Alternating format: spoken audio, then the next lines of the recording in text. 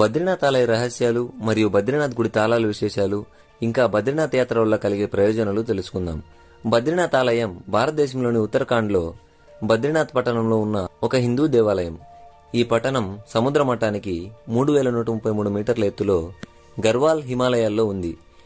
ఇది మంచుతో కప్పబడి శిఖరాలతో చుట్టుముట్టబడి అలకనంద నది ఒడ్డున ఉంటుంది.